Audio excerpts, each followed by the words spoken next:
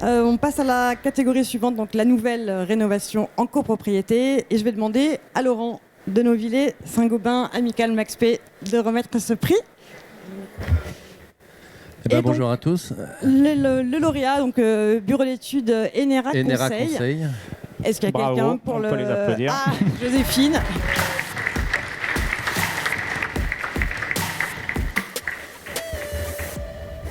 Bonjour.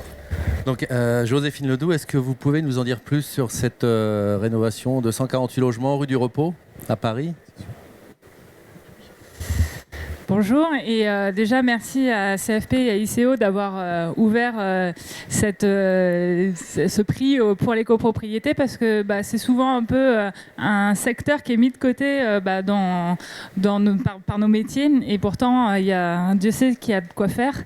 Donc ce qui était intéressant je pense sur cette copropriété c'est que c'est une copropriété des années 60 comme il y en a en fait des milliers et pour laquelle on a réussi à faire une rénovation qui atteignait le niveau BBC rénovation et pour un coût au final qui était équivalent à un coût de simple ravalement de façade.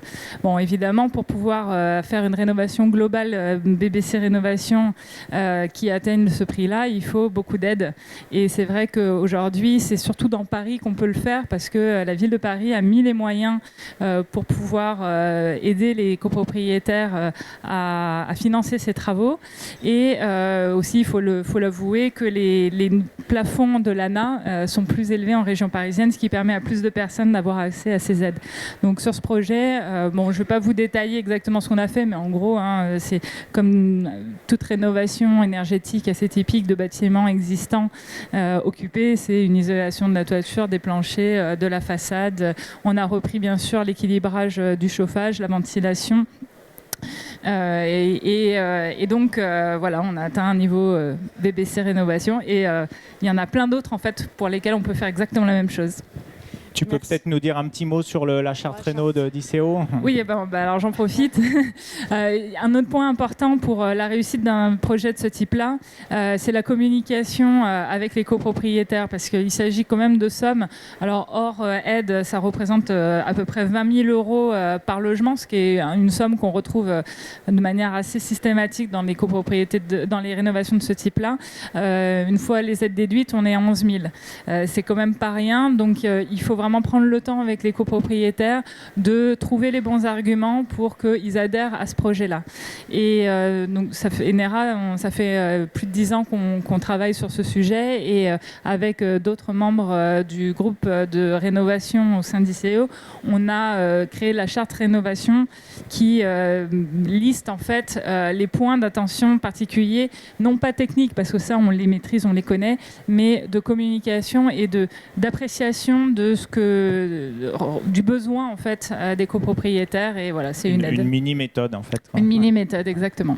Et aussi que vous pouvez retrouver sur le site internet d'ICO. Et les sensibiliser ensuite à adopter de bonnes habitudes pour que les travaux... Oui, alors évidemment, on ne s'arrête pas à la réception.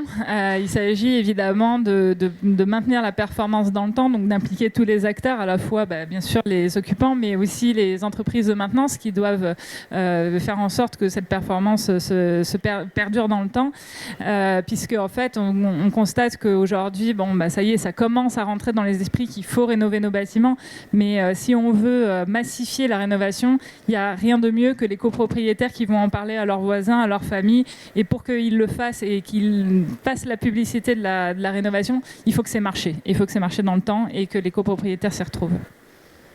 Merci, félicitations. Merci.